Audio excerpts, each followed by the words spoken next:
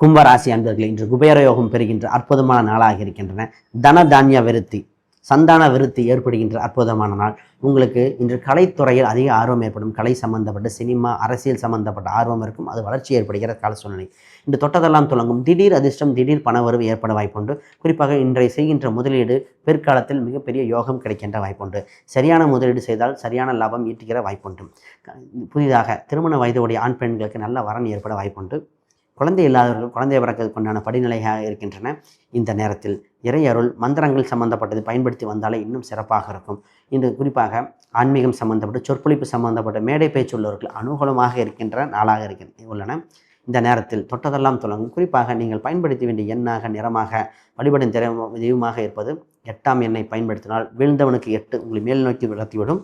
நீங்கள் மெரூன் நிறம் மற்றும் நீல நிறத்தை பயன்படுத்தால் மிகுந்த யோகம் இருக்கும். நீங்கள் வழிபட வேண்டிய தெய்வம் ஐயப்பன் அல்லது சுப்பிரமணியை வழிபாடு செய்தால் இந்த நாள் இன்னும் சிறப்பாக இருக்கும்.